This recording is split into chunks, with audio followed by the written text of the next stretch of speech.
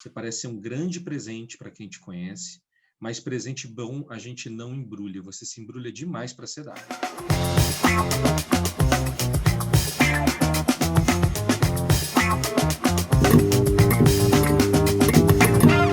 Boa noite, eu sou Eduardo Casarotto, bem-vindo ao Neuróticos da Noite. Aqui comigo temos o meu consciente, Leandro Daniel. Seja bem-vindo, Dani.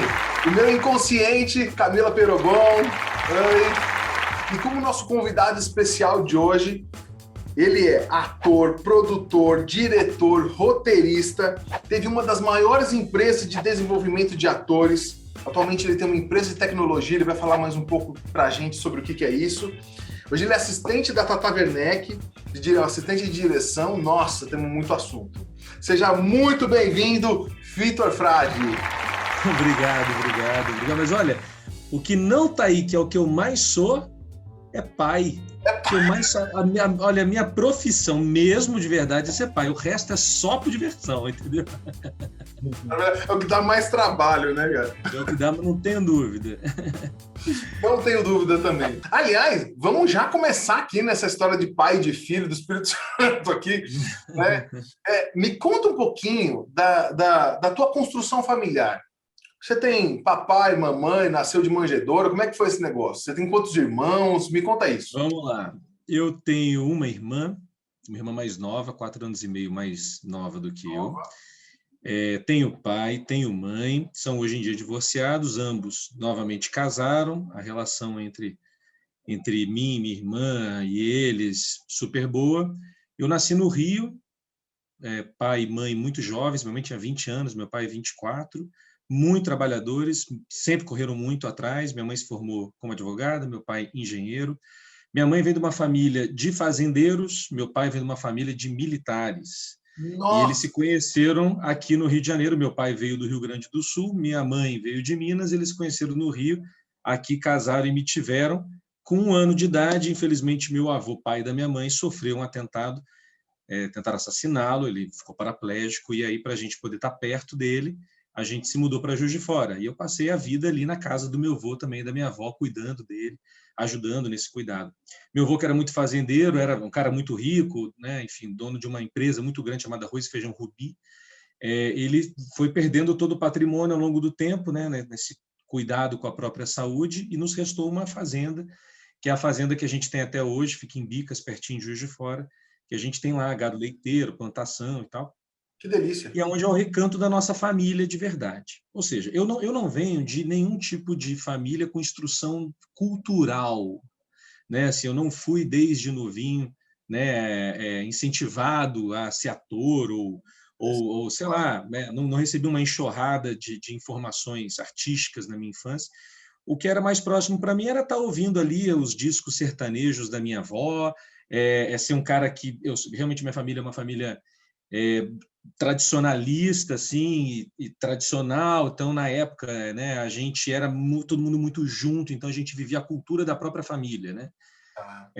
Me sinto muito fruto da história da minha família. Eu sou uma consequência do que minha família veio fazendo, assim.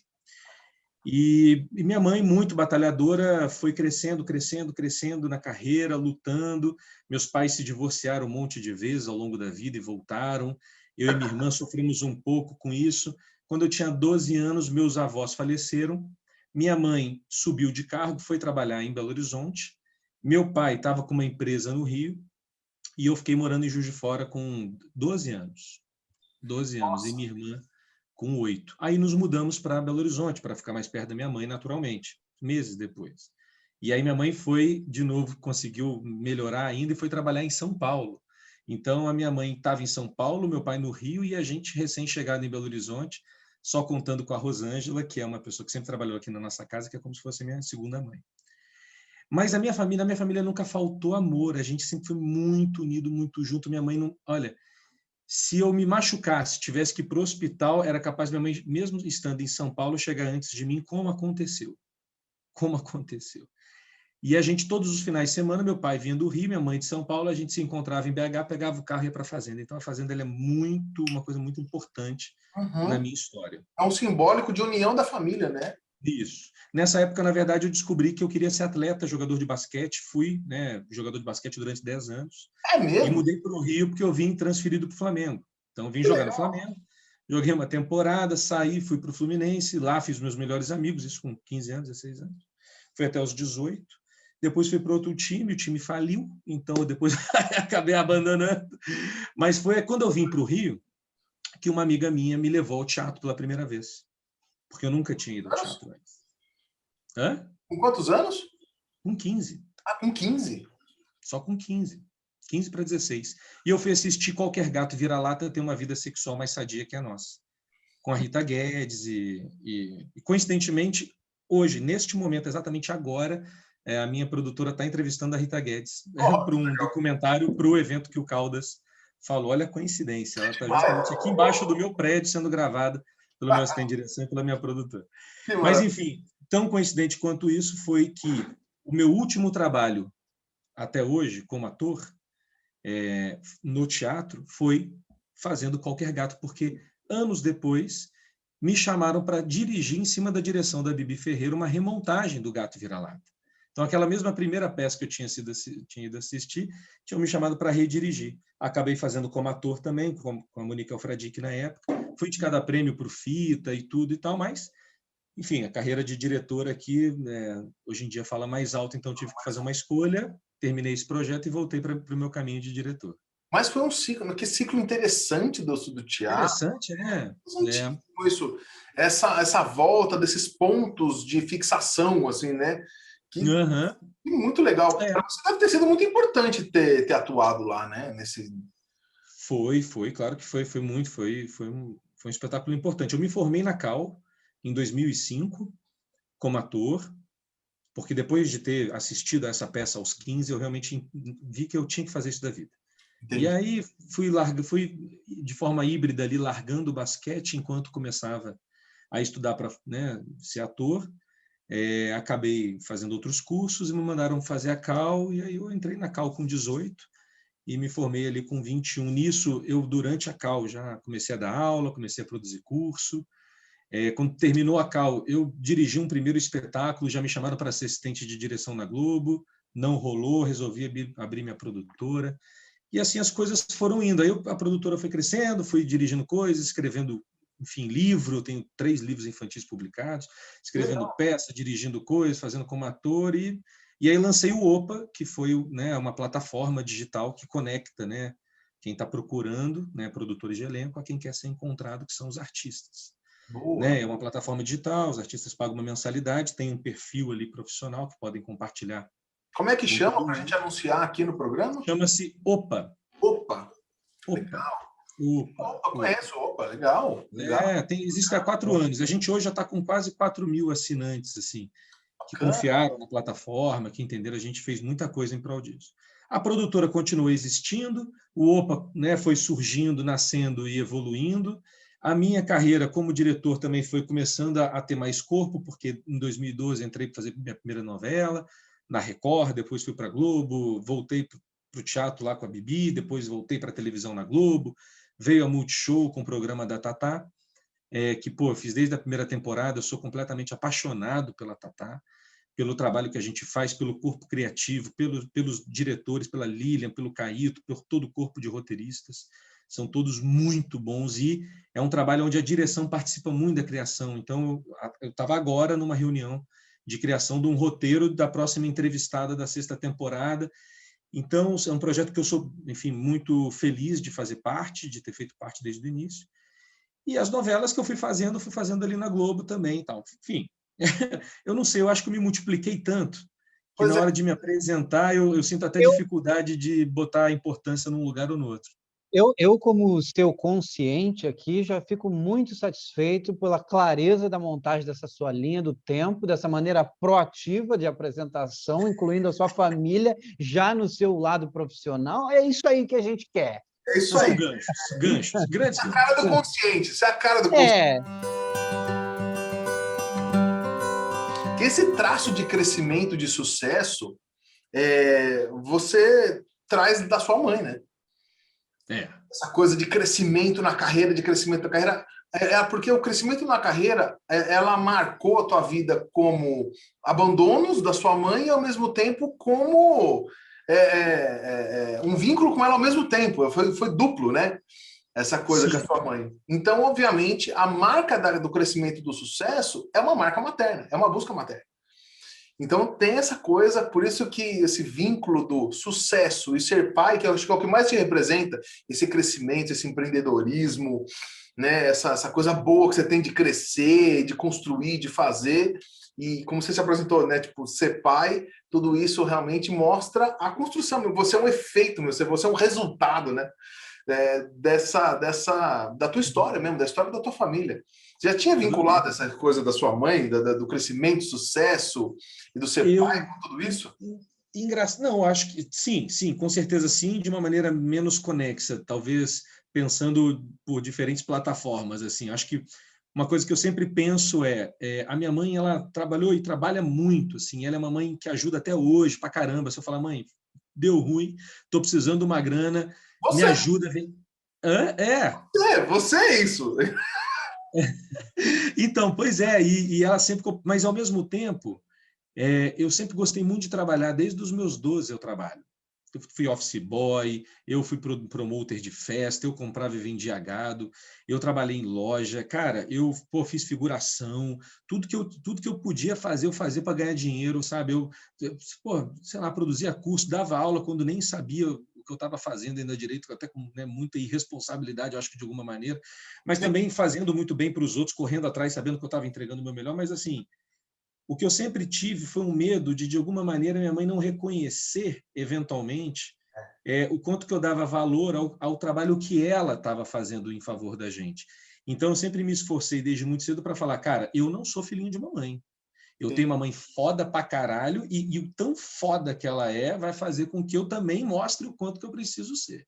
Sim. Então, sim, existe isso diretamente. A conexão em relação à tua mãe é muito forte.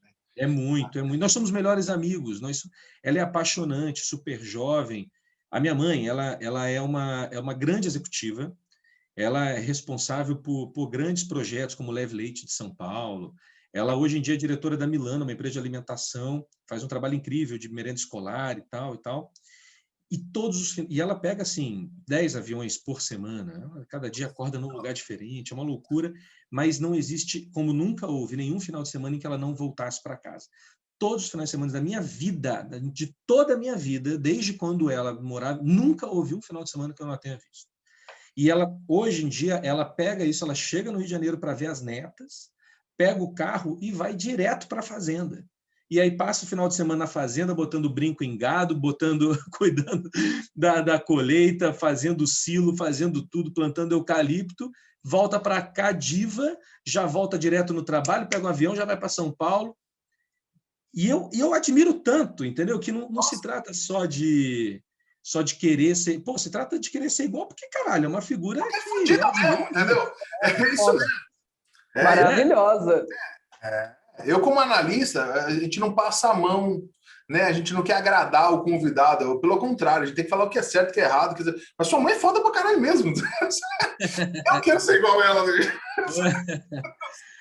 É do cacete. Duro, pô, a gente passou muita barra, cara. Nossa, a gente passou muita barra quando a gente era moleque, de cortar a luz, sabe? De passar perrengue, de ter que ficar, pô, devendo 3 meses na padaria fiado lá em Juiz de Fora, porque não tinha grana ali, entendeu? De ir andando longe pra caramba para poder chegar, mas né, já nascemos com muitos privilégios, olha para nós aqui, né? Todos cheios de privilégios, eu não posso nem reclamar dos entraves que a vida trouxe ali no início, mas ela batalhou e batalha muito, cara. E eu me sinto eu estou sempre correndo para isso. Eu sempre tenho muito medo de faltar com a minha família, eu tenho uma responsabilidade muito grande perante o trabalho, ao dom que me foi dado e ao amor que eu tenho pelo que eu faço, e também a minha família, do tipo, eu preciso dar apoio se precisar, né? Então... Você é casado? Como você é casado? Sou casado. Sou único... casado com a Débora, que é a minha... nunca imaginei que ia ter uma companheira tão maravilhosa quanto eu tenho com a Débora. Nunca achei que eu estaria tão indisponível para outras pessoas ou para outras circunstâncias como eu estou agora, porque estou 100% completo pela mulher que está do meu lado, que me trouxe a minha segunda filha. Segunda, 2 filhos. Eu tenho duas. Eu tenho a Catarina, que tem 10, e eu tenho a Valentina, que tem 4.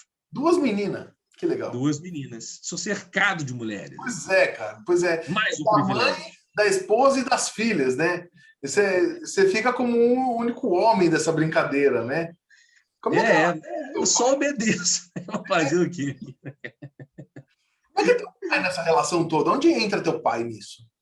Cara, meu pai é um cara muito inteligente. É um cara... Eu tive uma infância com ele muito difícil. A gente parece que, de alguma maneira, competia por um lugar. Né? Eu acho que ele estava descobrindo quem ele era ainda também, né? Acho que todos nós somos frutos, né? O que a gente está falando aqui das nossas construções. Meu pai, filho de um general, mas um cara que, fumou maconha também a vida inteira, que nunca... Entendeu? Então, assim... Quem é o cara que ele estava querendo ser? Onde é que ele estava querendo chegar? Quem é que ele estava querendo ser, sendo pai aos 24, 25, tendo um garoto também espirituoso como filho, cheio de, não me segura não, entendeu? Então, a minha infância e adolescência, eu tive uma relação de muito amor, mas também de muita briga, de medo, de tal, etc. O velho complexo de Édipo ali, normal, natural. É. Aí, o que aconteceu? Depois, quando eu casei pela primeira vez, ou perto disso, a gente teve uma conversa muito legal, porque ele, depois que separou da minha mãe, casou de novo, ele foi se descobrindo, foi se reafirmando. Isso deu para ele uma segurança de ser ele mesmo comigo, sem ter medo de um julgamento meu. E quando isso aconteceu, a gente se conectou muito. Então, assim, eu falo com minha mãe todos os dias, eu falo com minha irmã dia sim, dia não, e com meu pai eu falo quase todo dia também. Legal. A gente se fala sempre, a gente se propõe desafio, ele vai lá, faz um monte de flexão, aí eu vou, finge que não consigo, para ele ficar feliz. Mas a gente pilota a moto junto, a gente tem umas coisas bem legais que a gente faz também. Questão do esporte, de tudo, a gente é muito parceiro nesse lugar. Da disputa foi pro junto, né? Foi para ser amigo. Foi muito legal. E quando eu me separei, ele me acolheu na casa dele, eu morei com ele. Então, isso também nos aproximou muito. Quando me separei da Tati, mãe da Catarina, eu passei 1 ano morando com ele até me organizar. E aí eu fui entender qual era dele. Nós dois ali, naquele momento, solteiros, inclusive, ele já tinha separado de novo. A gente, qual é, meu irmão? Eu e tu aqui. E a gente virou parceiro, viramos amigo pra caramba, jogando tênis direto, brincando. Que presente que a vida te deu, hein? Você percebeu? Muitos, cara, muitos, infinitos. Nossa, demais. Mas é por conta da sua inquietude também. Eu achei isso bacana, você criou uma nova via, né, no meio dessas duas figuras tão fortes e imponentes, com linhas muito bem definidas, você criou a sua, por um lado artístico, que talvez contrapunha, né, a linha de pensamento do seu pai, né, para mostrar a sua força também. Isso é muito valoroso, assim. Tem uma coisa de alguns autores da psicanálise que diz que a gente vai realizar por algum momento ou de alguma forma o que o pai não conseguiu realizar. Ele, sendo militar, querendo se libertar, querendo se descobrir, talvez você fez isso por ele, você ajudou ele a se libertar. Entendeu? Você ajudou, você realizou algo por ele. Você não conseguiu fazer isso, eu vou fazer isso por você. Você foi ser ator, tal, e aí você mesclou isso com esse sucesso, com esse empreendedorismo, com essa garra da tua mãe, criou essa bomba, essa bomba positiva. Uma explosão. E aí é legal do complexo de Édipo, né? Que você vai ver que quando você deixa de ser disputa inconscientemente para ele, que é no seu casamento. Tipo, não quero mais esta mulher. Agora eu vou ter a minha mulher. É bem aí que o inconsciente é foda. É verdade. O inconsciente. Realmente. Eu tô sempre aí, viu? Olha você ali, que acha que eu não tô, mas eu tô. Aqui, eu tô só aqui, ó. Só ali, ó. Tô observando. Realizar esse desejo do pai, dessa libertação, porque ele queria se libertar daquele militarismo. Né? Pode ser mesmo, total. Né? E bem quando você deixa de ser disputa por a representação do teu casamento, você pimba, vocês conseguem se juntar. Ainda tem uma experiência junta de solteiros, junto do cacete dessa relação. Cara, eu vivo muito intensamente, cara. Meus dias, eles são preenchidos a cada segundo com uma grande novidade. Eu eu não gosto mesmo, assim, sabe, de dias comuns. Eu sinto que eu perco muito também, sabe, porque é importante você também ter um momento que você não faz nada e tal, mas eu sou muito inquieto mesmo. Eu sou muito inquieto, porque quando me sobra tempo do trabalho, que já é uma parada que eu gosto muito de fazer também, e por isso eu trabalho tanto, eu quero me dedicar, pô, à minha família. Então, eu sou 100% a minha família e tal. Me faz bem de vez em quando ter um momento ou outro para mim, naturalmente, para dar uma corrida na praia, dar aquela desafrouxada, mas eu não preciso, cara, eu vivo em função exatamente do que você falou, do meu sucesso e da minha família. Eu sou exatamente isso, A cara. sua mãe. Você é exatamente a sua mãe. Quando Exatamente. você descreveu a sua mãe, você descreveu você, ou vice-versa. Não, e se eu botar uma foto dela aqui, sou eu de peruca. Velho, E é legal a gente repensar, fica só, eu te vejo muito saudável, mas é legal sempre a gente deixar uma pulga atrás da orelha, porque tem um inconsciente, tem é um cálculo muito básico do básico do básico, que é assim, quem a gente mais ama na nossa vida? Pai e mãe, porque é a nossa referência de sobrevivência, né? De bebê, amamentação, tudo isso causa uma referência de sobrevivência. Então, o que o inconsciente calcula? Se eu for igual a você, você vai gostar de mim, você vai cuidar de mim e eu mantenho minha sobrevivência. O nosso tronco cerebral faz esse cálculo primitivo, né? Então é sempre legal pensar, será que eu tenho esta vida e eu me comporto dessa forma porque eu ainda quero inconscientemente, lá no meu fundinho primitivo, uma aprovação e uma segurança dessa mãe? Ou é porque eu já criei essa personalidade e ela já é minha? Ou os dois mesclados? É legal deixar uma pulga. É uma boa, sim, cara. Eu acho que tem que estar sempre pensando isso mesmo, porque não se trata só de uma direção da vida, né? Se trata de muitas escolhas no dia a dia, né? A busca do E eu, daí, sabe? eventualmente você fala, não, isso aqui não, isso eu estou fazendo errado, isso aqui não. Isso aí. Né? É isso aí. E essa busca, essa do eu profundo, onde você vai viver um propósito profundo na vida, ela vem do seu eu e não dessa aprovação. Né? Com certeza. Então, é sempre legal deixar essa pulga atrás da orelha, né? Porque, se você for ver matematicamente, você está numa busca da aprovação materna. Matematicamente. Então, mas... Não, eu não duvido, não. Às vezes eu escondo o eu verdadeiro das pessoas com sucesso. Pois é. Eu faço essas coisas. E a pessoa acha que está super bem na vida, mas na realidade está super desconectada. Inconsciente, eu só queria te lembrar, assim, que ele já fez toda a trajetória dele aqui, uma trajetória de sucesso. Não tem nada que ele precise, não tem nada que ele precise corrigir, ou precise rever, ou liberar, ou deixar. Tá tudo aí. Tem certeza? Eu olhei a carinha dele e levantou a sobrancelha. Aquilo ali pegou nele. Você jura? Você vai falar sobre ali, ó, sendo deixada de escanteio, o eu verdadeiro dele querendo gritar. Eu tô sendo boazinha. Tô contando o que eu tô fazendo. Disso. Grita mais, grita mais. Eu quero que você grite mais, grita. Pode deixar. Olha, essa semana não vai ser fácil. Os dois. Ó, quieto. Para dar uma situada, entendeu? Porque senão esse inconsciente não para. Quando eles... Mas, eu quero contar um fato aqui que tem tudo a ver com o que ela falou. Na minha primeira experiência lá na Rede Globo, quando me chamaram para essa seletiva para ser assistente de direção em linha direta, esse cara, ele foi especial na minha vida por um motivo, porque ele me disse uma coisa muito semelhante ao que ela acabou de dizer. Eu estava falando, me apresentando, me colocando, e ele falou, cara, parou.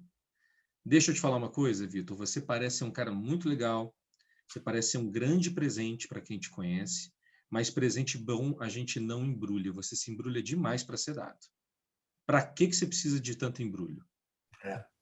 E eu entendi isso na hora. Eu entendi na hora do que se tratava. E eu fiquei a vida inteira sempre pensando, será que eu estou me embrulhando? Será que eu estou me embrulhando? Maravilhoso. Será que estão me embrulhando? Maravilhoso. Pensamento maravilhoso. Fudido, parabéns. Fudido pra caralho. E aí ela falou exatamente a parada. Falou exatamente uma parada. Exatamente nesse lugar. Uma busca de reconhecimento, uma busca de aprovação do outro. Esse embrulho tem a ver com esse reconhecimento materno. tem a ver com isso. Está ligado o reconhecimento materno com o reconhecimento, porque a gente projeta na sociedade o que a gente queria receber da mãe e do pai. Então, quando a gente embrulha demais, quando a gente tem essa necessidade do reconhecimento, da aprovação, da aceitação, é uma transferência já da nossa mãe. Então, o núcleo ainda está lá. Por isso que sintoma, em psicanálise a gente só respeita sintoma. Sintoma é o quê? Tudo que se apresenta. O que se apresenta? Um comportamento de sucesso família, sucesso família. Quem é assim? Minha mãe. Logo, assim, matemática. Logo, eu estou buscando ela. Sacou? Estou buscando a aprovação. Uhum. Talvez repensar isso, você pega todas as competências aprendidas nesse processo, pega todos os talentos aprendidos nesse processo, as experiências aprendidas nesse processo, e aí vai ser você. Sem esta construção exata da sua mãe. Aí talvez você exploda muito mais. Entendeu? Teoricamente, sim. É verdade, é verdade, é verdade. É muito poderoso isso que a gente está falando. Muito poderoso. Poderosíssimo, poderosíssimo. É tipo mexer numa bomba mesmo, é o que você falou. Estamos aqui. Que fio que corta, que fio que liga. Mas eu acho animal isso, cara. Eu vou te falar, eu tenho pensado muito em estudar psicologia. Eu acho incrível realmente esse estudo. E a gente poder se conhecer tão bem, né? Poder fazer essa troca que a gente está fazendo, eu acho muito mágico. Eu acho muito mágico. Me sinto muito confortável com vocês, assim. Me sinto confortável de ser invadido nesse lugar e a gente discutir isso por esses prismas, assim. Acho bom, acho muito legal. A gente invade com carinho. A gente invade com amor. Você percebe? É com carinho mesmo, sabe? Para te ajudar. Acho que, assim, primeiro, isso é legal para o público entender, a coragem de se colocar como objeto de análise. Porque isso é uma caridade com quem está assistindo. Porque, assim, se dá como exemplo, como objeto de análise, para dar exemplo para o outro também se reconhecer e falar, caramba, eu tenho isso. Eu também, é por aí que eu vou. Isso é um ato de caridade. E de humildade. Então, porra, um parênteses aqui do parabéns, cara. Isso é do cacete. E que, aliás, tem muito a ver com o trabalho do ator, né? Do diretor, que você expõe a sua alma ali através daquela obra, daquela peça, daquele filme, e se expõe para encontrar correspondência, né? Total. A arte é muito colaborativa, né? Então, se você não sabe exatamente quem é você, como é que você vai se dividir com o outro, né? Como é que você vai... É muito importante que o artista se conheça profundamente, ou pelo menos que tenha todas as dúvidas abertas sobre si mesmo, né? Para que pelo menos ele se coloque e possa jogar junto, porque jogar junto com quem não se conhece é muito difícil, porque você vê, quem está de fora às vezes vê, quem está de dentro não está vendo e fica emperrada, né, a relação, né? Como é que eu assino uma obra com uma outra pessoa se a gente não se entende, né? Como é fácil falar com quem vive isso, né, Dani? O que a gente fala, acho que todos os dias aqui a gente fala desse estudo psicológico. A gente faz uma terapia aqui entre o personagem e o ator. A gente faz uma terapia para eles se entenderem. Entendeu? Às vezes há resistência no próprio traços de personalidade ou na história do personagem com o ator. E vice-versa. Você tem histórias aí de não se conhecer. E aí o personagem revela um trauma, revela um traço que não gosta, e aí ele causa resistência e causa conflito, e não consegue entregar. E aí ele é sempre ele mesmo, em vez de ser o personagem. Então, Mas o que eu acho interessante, desculpa, Edu, no caso do Vitor, que se destaca da grande maioria, é que tem um lado artístico expressivo à disposição do outro, mas isso não lhe basta. É preciso produzir, é preciso criar uma plataforma que junte os artistas aos produtores. É uma necessidade muito grande de entregar algo, de deixar algo. Sabe, essa inquietude vai muito além, porque tem muitos artistas que dizem, não, eu não sei nem preencher minha nota fiscal. É alguém que cuida disso para mim, o meu trabalho é ser intuitivo e tal. Tem todo esse lado intuitivo nele, e tem todo um lado proativo também, necessário para todos os segmentos, diria eu. E é bem no que o Dani está falando, eu queria voltar em duas empresas que elas têm conexões, elas têm um traço de padrão entre elas, que é essa empresa de desenvolvimento de ator e essa plataforma, que é tudo para o ator, é para desenvolver, é para conectar, é para evoluir o outro. De onde vem essas ideias? Porque elas têm um padrão entre elas ali, dessa vontade do outro. Tem. Eu acho que é muito de perceber a dor de alguém que é parecido com você também, né? Então, quando eu estava ali começando, eu era muito novo também, 21 anos, recém-formado na Cal, fazendo as primeiras participações, fazendo peças legais, pô, fiz espetáculos que viajaram bastante, ganhei dinheiro com teatro, graças a Deus. Mas eu via muitos amigos que não sabiam o que fazer, que não tinham a menor ideia por onde começar, muito desorganizados e tal e tal.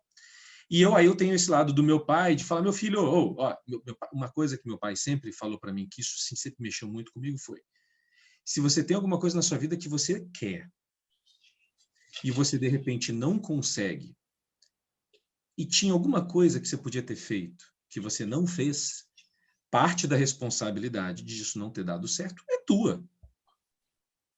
Meu pai sempre foi muito categórico com isso. Assim. Falei, mas para não dar tempo, ele falou, mas o que você faz de meia-noite às 6 da manhã? Então você tinha horário para fazer. Então por que você não fez? É bem Se você não fez, a culpa é tua. Essa frase é bem geração baby boomer mesmo. Não é? Então, porra, era muito isso. Então, assim, eu vendo então eu sempre me cobrei ser organizado e olhar para o que podia dar errado. E isso na assistência de direção também tem muito, né? Então tem muito a ver comigo isso. De olhar para o que pode dar errado e me organizar para aquilo. E eu vendo os atores talentosos não se organizando e voltando para a cidade de origem, virando só vendedorzinho em loja, etc., ou o que dava para fazer.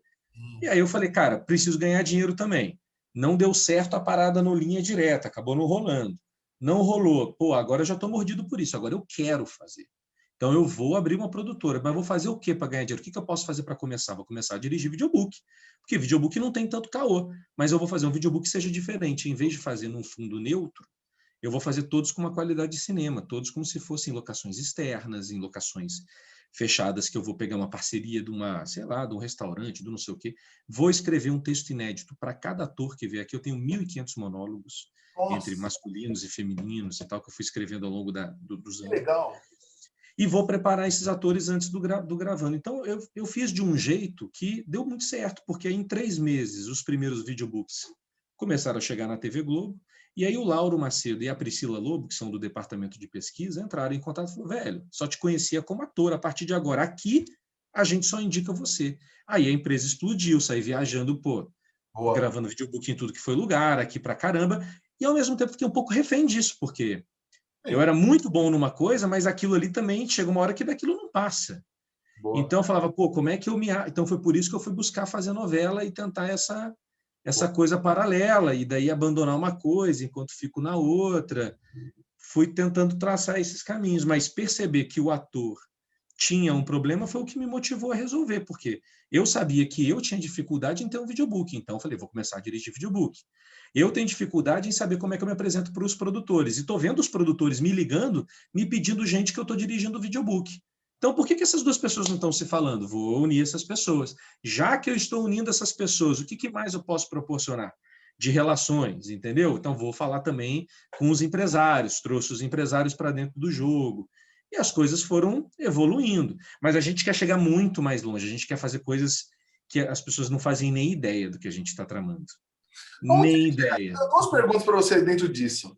Uma mais simples, onde você quer chegar com isso? Qual o máximo? Se eu te desse, toma aqui 20 milhões, investe aí na tua empresa, o que você ia entregar com isso?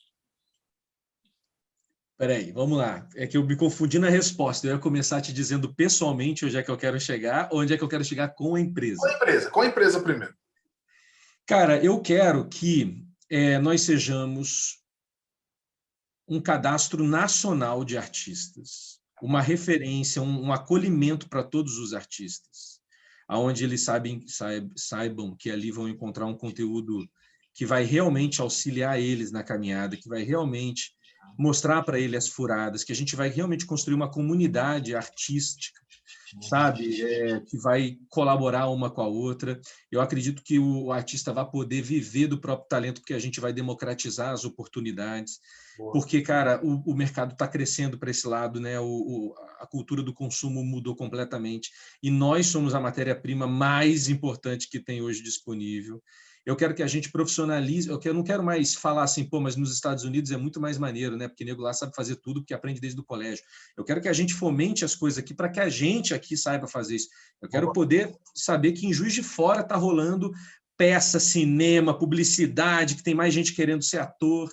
Eu quero conseguir fazer isso em tudo que for lugar, entendeu? E depois eu quero também abrir para América Latina, México, Portugal. Eu quero que a gente, porra, faça um barulho, que a gente esteja no mundo inteiro, que o mundo inteiro esteja aqui, que a gente consiga levar um monte de oportunidade para quem nunca imaginou que poderia fazer alguma coisa e tirar, mudar um pouco essas premissas de quero fazer malhação, quero ser famoso. Não, é dar valor à arte de verdade, fazer um negócio maneiro mesmo, sabe? E por iniciativa privada, legal. As pessoas me perguntavam quando eu lancei o OPA, falaram, pô, mas aí tem o elenco digital que é gratuito, por que vocês estão cobrando e tal? Por que vocês cobram no OPA? Eu falava, porque eu não sou uma ONG, e nem você é mendigo. É isso aí. Você não tem que ficar aqui me pedindo, pelo amor de Deus, tem que parar com essa cultura de querer a pulseira VIP de todas as festas. Pois é. A gente tem que entender a gente enquanto ofício, enquanto trabalho, porque enquanto a gente ficar na viagem, na maionese, tudo vai dar errado, porque mais gente vai entrar nessa onda na viagem errada e as coisas vão desgringolar. A gente tem que ter uma consciência. Isso é uma experiência espetacular. Eu vou deixar aqui para quem é ator, para quem é artista. Eu vivi a minha vida inteira tentando ajudar esses caras todos. Então, e o que o Vitor está falando é o calcanhar de Aquiles, assim, que é o artista. Ele busca a fama e o estrelismo. E nesse estrelismo ele não trabalha no empreendedorismo, na responsabilidade, ele não é empresário. Eu trabalhei no Ministério do Gilberto Gil, da Cultura. Eu fui coordenador de projeto da indústria de comércio. Então, eu vivi muito isso e eu coordenava um projeto da ANAFIM, a Associação Nacional dos Instrumentos Musicais. E era um conflito desgraçado, assim, porque a gente pegava o músico, juntava com o Sebrae, com o Ministério da Cultura, e tentava esses caras empreender, serem empresários, ter administração, gestão. E os caras não tinham, porque eu sou estrela. Eu sou estrela e alguém faz por mim, e aí ele não quer se profissionalizar, estudar o a mais. E no ator, a gente acaba encontrando algo parecido. Né? E o que você está falando é assim, cara, se profissionalismo, seja um empreendedor, seja um gestor, sim, e não é assim. Para de querer ser estrela de só receber a pulseirinha VIP. Vamos trabalhar. Porque senão a gente pauta tudo na areia movediça. Né? Senão fica tudo em cima de uma grande areia movediça, né? Pautado no que não é real. Do ego, do orgulho. Você não consegue realizar nada, né? Fica tudo em torno de um trabalho abstrato, num valor extremamente grande na sensibilidade, que é uma coisa abstrata e intuitiva, mas você não consegue botar isso à prova. Você não consegue levar isso à frente. Não realiza. Não realiza. É isso aí. Muito legal. Eu fui editor do Catálogo Nacional de Músicos.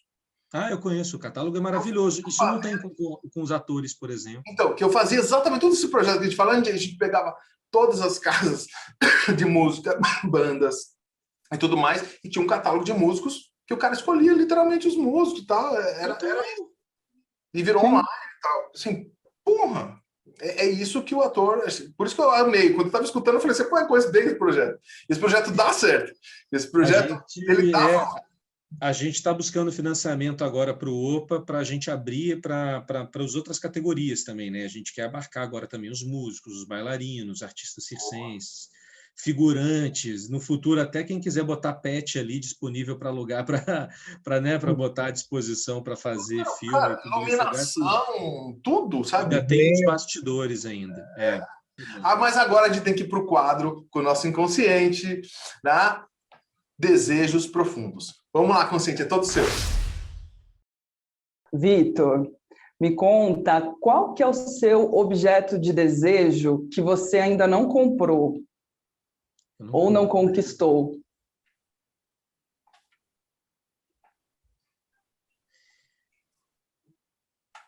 Eu quero conseguir comprar uma casa do tamanho que eu sempre imaginei para minha família. E essa casa é muito grande, pelo jeito. Não, mas é uma casa muito charmosa, é uma casa muito aconchegante, é uma casa com espaço para as crianças, com um jardim grande. E o que foi que você já comprou e te deu muito tesão de ter conseguido? Eu não sou um cara muito de comprar coisas assim, não, mas e por isso talvez seja até mais fácil eu te dar essa resposta, porque eu tive especificamente uma coisa ou outra que eu quis na minha vida. E uma coisa que eu comprei que me deu muito tesão de ter comprado, assim, talvez eu nem precisasse tanto, mas eu queria muito, era uma moto, uma Harley customizada, enfim, toda do jeito que eu sempre sonhei. Eu E você tive. tem ela até hoje? Não, eu vendi ela durante a pandemia. Entendi. Porque depois, para mim, falei, pô, diante de uma pandemia dessa, o que eu não posso é cair de moto. Você me botou para fora da sua vida. Não, essa chega. Não. E se eu te desse um poder, Vitor, o poder de você voltar no seu passado e você reviver uma época, qual que seria?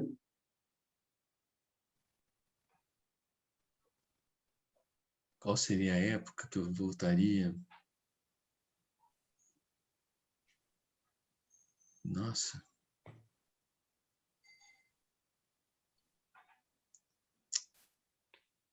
Eu sinto que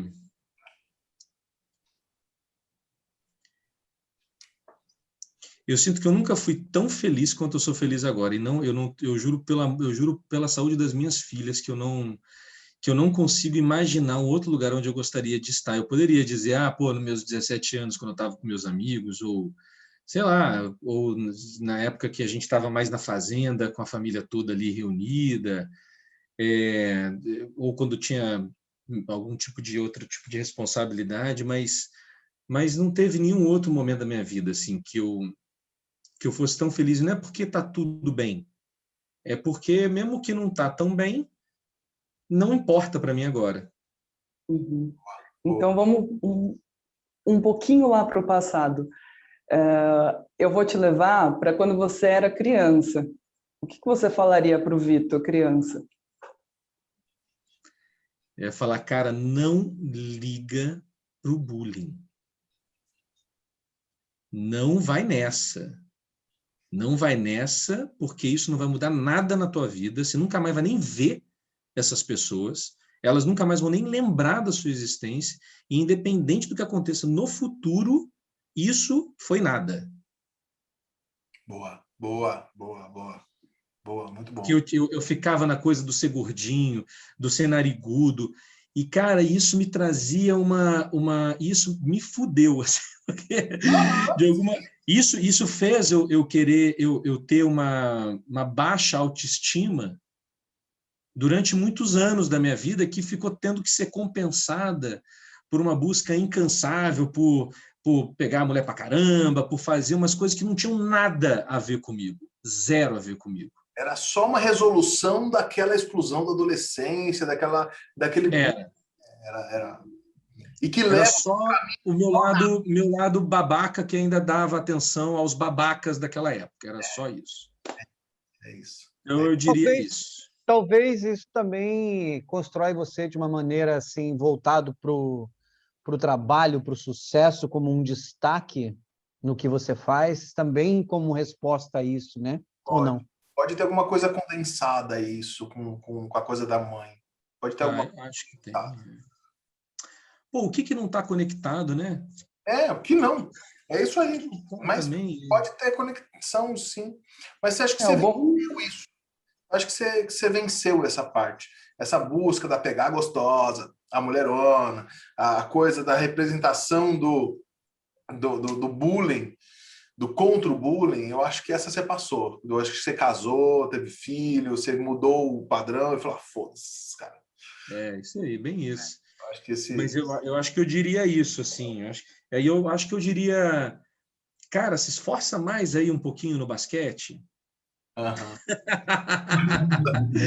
Porque, pô, eu voltei a jogar, eu tô jogando bem. Eu falei, pô, será que eu jogava assim? Achava que eu jogava mal? Pô, eu devia ter me dedicado mais ainda ao basquete, cara. O esporte foi excepcional na minha vida. Tá construindo tanta coisa legal. Acho que até as coisas, talvez, que a gente não deu tal energia, Eu não gosto de falar muito de destino, mas às vezes é impossível não falar, né? Quem você seria se você tivesse dedicado ao basquete? Talvez não estaria aqui hoje. Exato. Então, assim, Exatamente. fica de errado também, né? Imagina, cara, o cara teria criado uma plataforma de aproximar os De jogadores jogadores de basquete com a com NBA. quadras. Maravilhoso. Tô indo pro aterro, quem é que tá na proximidade? Já pega o cara, tá com bola, não tá com bola, que ano Tem que nasceu, quadra, já não jogou em tem? algum clube, forma o time, joga Eu aí, ó. faço uma quadra agora aqui, já, né, já constrói uma quadra. Se livra dessa culpa aí de não ter se dedicado tanto. Pois é, aí sim. Então, isso vai te ferrar hoje no presente. O inconsciente está Então, certo. eu voltei a jogar, é o que me restou. Eu, quando estou conseguindo, estou dando um pulo sozinho lá no aterro, na lagoa, jogo meu basquete.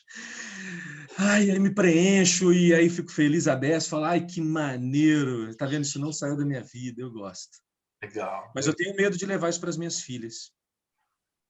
Que interessante. Por quê? O que você não quer dar para elas? O que eu não quero dar para elas? Cara, eu meço cada palavra que eu falo com elas, eu meço cada coisa tem um propósito, assim.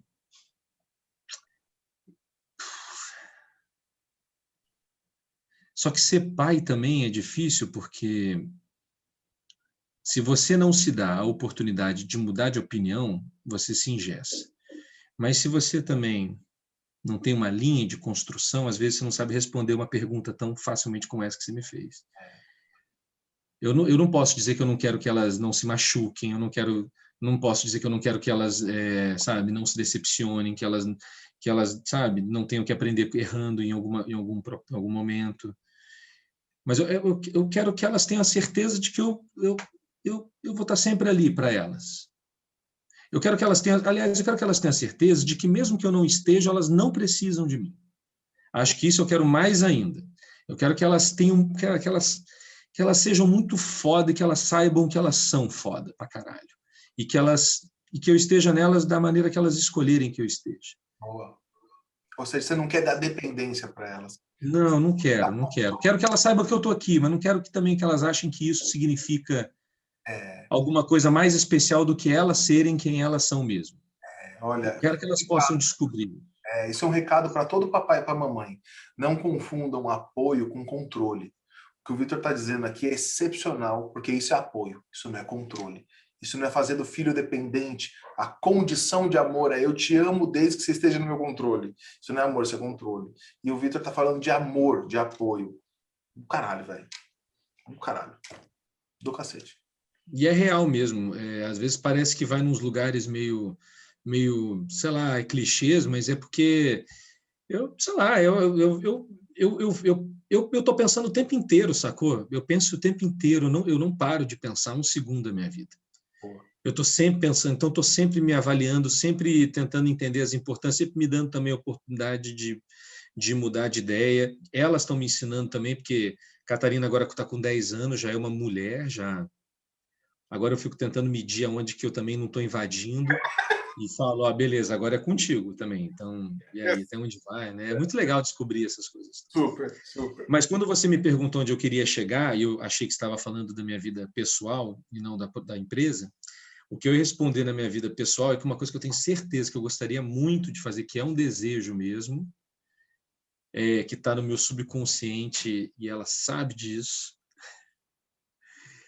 cara, meu sonho é poder, em algum momento, ter paz sobre finanças e coisas que a gente precisa ter controle para poder me dedicar só a uma coisa de cada vez. Porque me dedicar a muitas coisas ao mesmo tempo realmente é cansativo. E no fundo, sabe, se me perguntassem o que eu gostaria da paz de poder me dedicar a um único projeto por vez. Não precisa nem parar entre um e outro, não, porque eu gosto de trabalhar mesmo. E Sim. Trabalharia a mesma quantidade que eu trabalho, mas se eu pudesse fazer um de cada vez, eu acho que eu ia, sabe? Essa grana toda, se eu te desse, ó, tá aqui, ó, 100 mil, reais, 1 milhão, 100 mil reais, 100 milhões aqui, você acabou, estabilizou, foda-se, dinheiro não existe mais na minha vida, eu tenho todo o dinheiro possível, beleza. Você ia trabalhar, claro, você é um realizador natural, né? Você é incentivo. Qual seria esse projeto? Eu acho que eu ia escrever mais.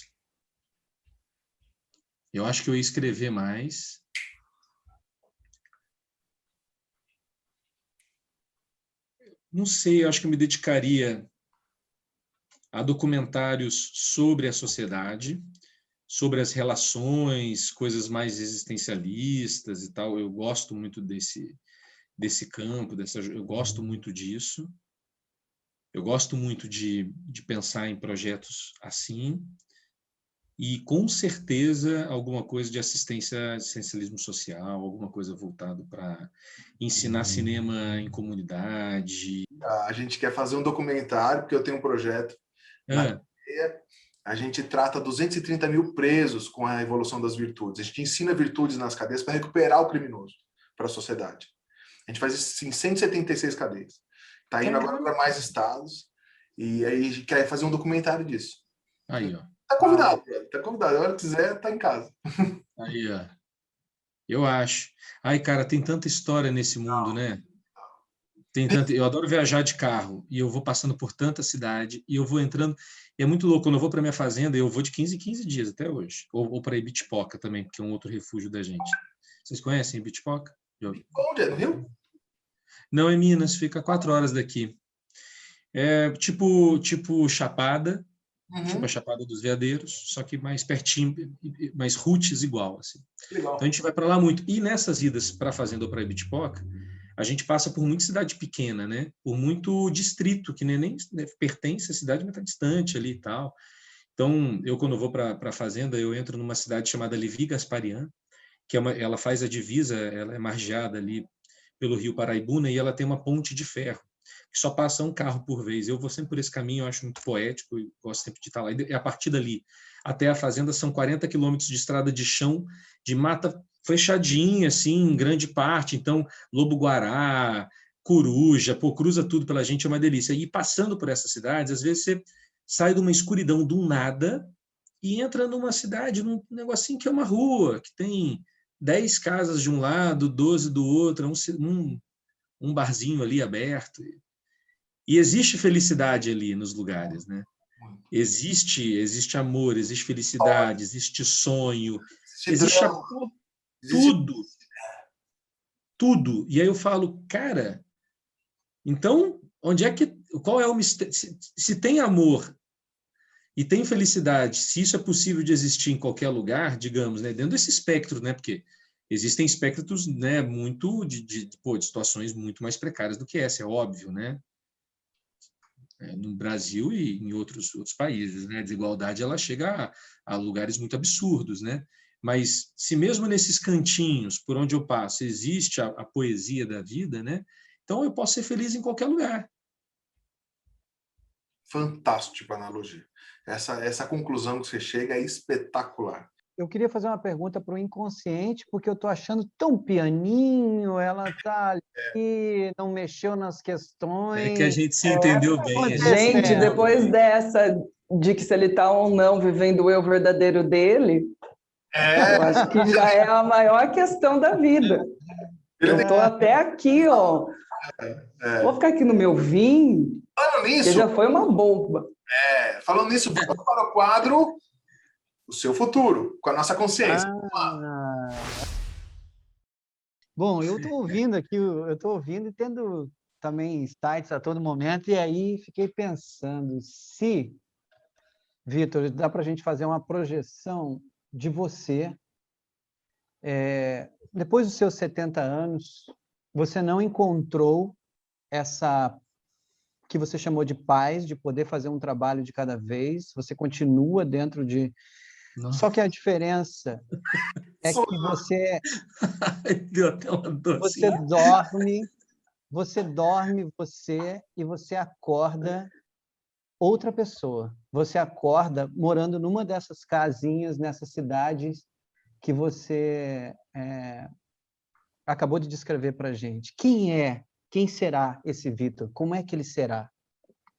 na outra realidade? Cara, eu me vejo muito nessa casinha aí no 70. Eu te confesso que eu tô... Cara, a minha virada de vida é essa casinha, cara. É? Eu quero muito, Deus do céu, pelo amor de Deus. Então não é a casona que a Camila apontou. Não, mas igual a Tá moto, eu comprei e vendi. A casa Entendi. eu quero poder realizar. Então ela está indo assim, né? Você tá Não, pensando não, mais em uma eu outra coisa. entendi o teor da sua pergunta. Não, mas não, o que eu digo assim é que eu tenho maior vontade mesmo, quando eu olho para mim assim, para o futuro, digamos, se eu pensar em mim com 70 anos, o que eu vou querer? Eu vou querer estar com a minha mulher na fazenda ou tendo uma pousada lá em Bitpoca. Eu me vejo muito nesse lugar. Recebendo, eu não acho que eu nunca vou deixar de receber gente. Eu gosto de gente, eu gosto de gente. Talvez eu não precise tanto do urbano quanto hoje. Eu gosto do urbano, eu gosto de dirigir carro, eu gosto, sabe, da correria. Talvez isso se acalme dentro de mim e aí as coisas se encontrem, porque eu me vejo realmente com 70 anos tendo as meninas criadas naturalmente, já vão estar até com o neto já criado nessa fase da vida. E acho que vou estar morando num lugarzinho assim, escrevendo, pensando, Uhum. fumando um Como é beck de que... vez em quando. Claro. E como é que vai estar o mundo ao teu redor? Independente de você, como é que você imagina que estará o mundo quando você tiver essa Cara, ideia?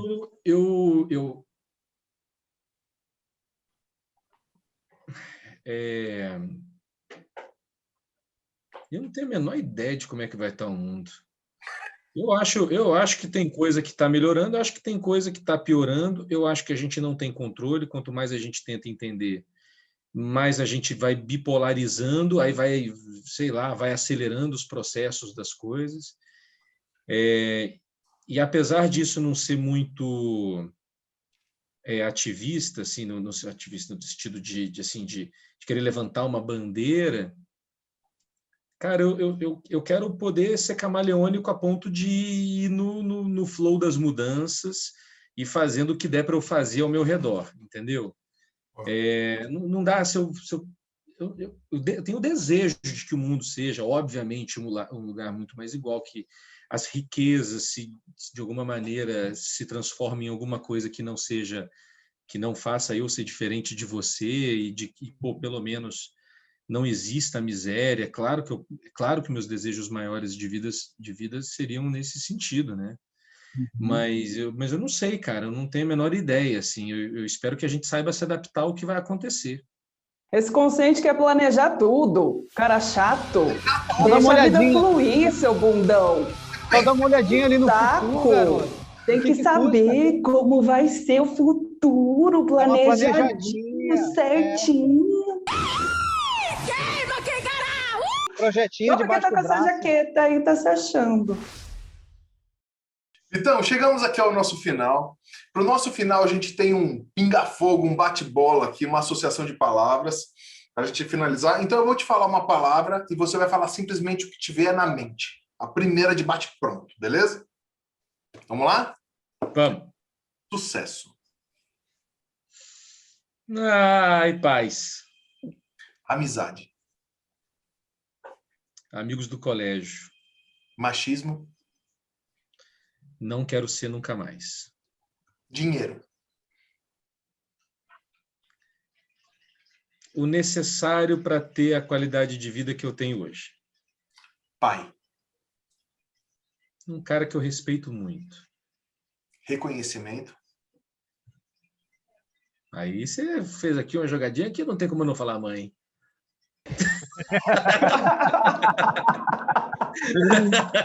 Você fez aqui de um jeito que... Estava querendo fugir nas outras disso. Porra, aí, cara. O cara vai papo é pra mãe. Não tá. Maravilhoso. Eu sou. Tudo bem.